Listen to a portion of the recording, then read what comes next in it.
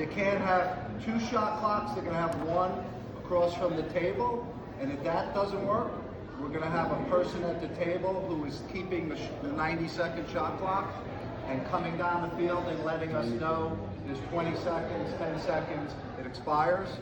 So that's what we were told. We were also informed by Todd Nelson, if those three things, one of those three things isn't happening, that we're not going to officiate the game. So hopefully everybody has their clocks and they have someone who is going to do the shot clock. Okay. So we were told best case scenario, there'd be two shot clocks. We'd have a game clock person and we'd have a shot clock person. And we were going to come to each game with our instructions and review it with that shot clock person so that we're on the same page.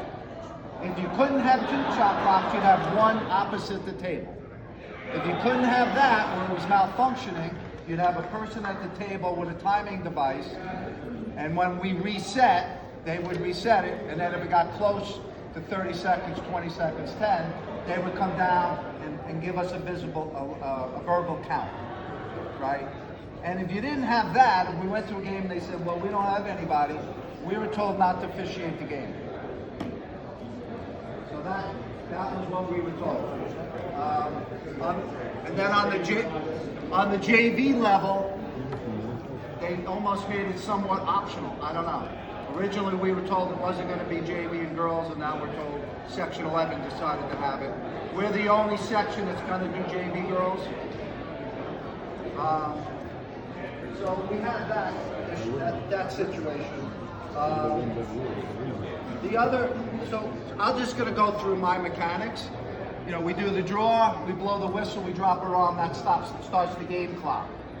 Once there's full possession of the ball, and full possession means they can cradle or they can pass, we're going to wind, and that would be the signal for the possession clock to start. Anytime there's a shot that either hits the goalie or the post, where the shot clock is going to be reset, okay?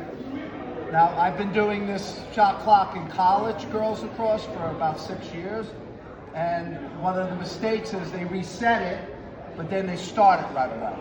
So say it hit the post, it's coming out, it's banging around, we're going to reset, but we're going to hold until someone has possession, right? And the same as if it hit the post and went out of bounds, we're resetting, we're waiting for that player to get the ball and come in bounds. Now I would advise the shot clock person, if you're a little late, that's okay. We don't want you to start it too early because you could cheat that player out of 5 to 10 seconds. So that would be one of the instructions we would give the clock person. The situation in girls lacrosse is the clock stops at all fouls in the last minute of each quarter. So if we have a foul in the critical scoring area, and it's the regular game, so we had a foul in the critical scoring area under a minute, we're going to stop both clocks. This would stop both clocks. If we're only going to stop the possession clock, we're going to tap our heads. So that's a foul in the critical scoring area, but the game clock is going to continue to run. So we're tapping our head, that's the signal for the possession clock to stop, okay? Possession clock as a shot clock. Girls lacrosse uses both possession clock or shot clock as a terminology. Okay, I know boys is just shot clock. College only says possession clock. So it's it could be used either way. So we're stopping the shot clock in any critical foul. Now that's going to take a while for our officials to get that muscle memory and remember to do that. If you have a shot clock person who has a good view of that and can see that it's in that critical scoring area, well, we're hoping that they're kind of realizing that there's a whistle in there, it's going to be a foul, and that we're going to stop that clock.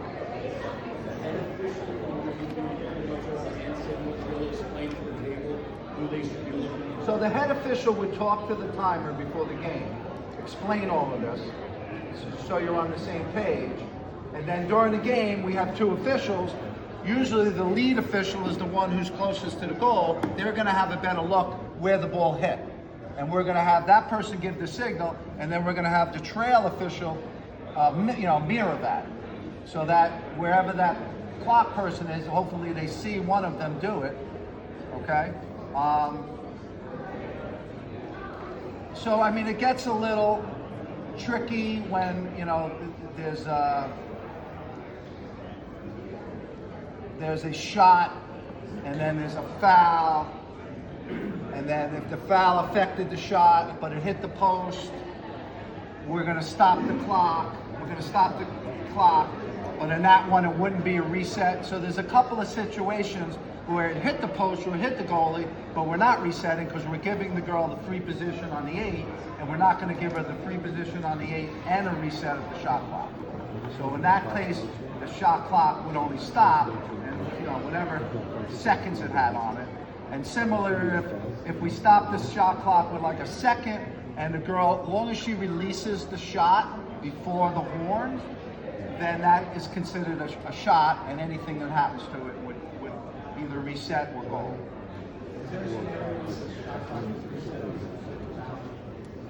On a specific foul? So the answer to that question is kind of yes. So any offsides is going to stop both clocks, and we're going to reset. Any kind of red card, yellow card, green card, we're going to stop both clocks. It's going to reset. And any fouls in the critical scoring area on the offensive end, it's going to reset.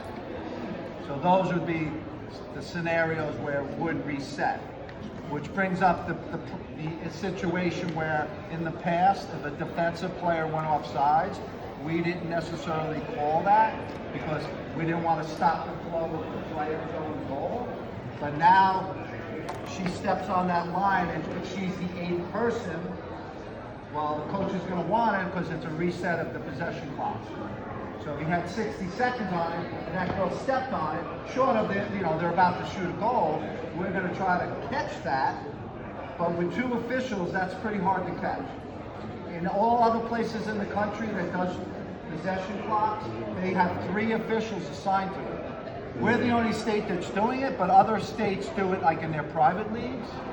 And then in the college level, there's always 3 officials. So it's going to be a work in progress as far as that. Is every reset to 90? Every reset is 90. There's not going to be any. In college, they have a 60-second. Right. But What does that look like? We're not So doing we it. know how to show our people. What does that look like? So the lasso Yeah? is a reset to 90. Okay, and that's a start or that's a hold? So it's reset to 90, and then we're going to hold it if the ball isn't possessed. But I mean, clearly, And then when you put your hand if down, someone, it's up. the goalie catches the ball, Right. and now we see she has clear possession. Well, we're going to do this, and the clock person, if there's a change of possession in midfield, Right. and now the girl's running with it, I mean that's a clear, Really right. Okay. to reset hold and and start let the go. clock. Yep.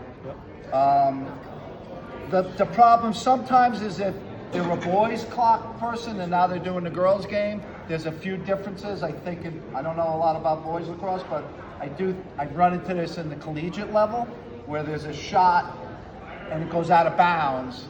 In boys lacrosse, they stop the clock on a out of bounds shot. Well, we would only reset if it hit the goalie or the post, right? So if there was a shot that didn't hit anything, and the same team had possession, well, we wouldn't stop any of the clocks. She would run and get it. She can run back in with the ball. The other situation, if there was like an AP, so we had 2 fouls in the critical scoring area, and the alternating possession was going to the team who had the ball. Well, then they would only get what was left on the shot clock. So if there was 10 seconds left at the time of the AP, they would get the ball with 10 seconds left. They wouldn't get a reset. If that occurred, would that AP go behind the net? Or where would that position be if that player getting the AP? So in the critical scoring area, any fouls in there, any APs go to the dot behind goal line extended. So restart would be on the dot. No one would go behind because it was an AP, and then they would get that whatever was left on the possession clock. And obviously, if the other team had it, it would just be a reset, and we're going the other way. The other scenario you would have is if the clock was winding down and the horn went off for the clock expiring. Well, we want the player to just drop the ball.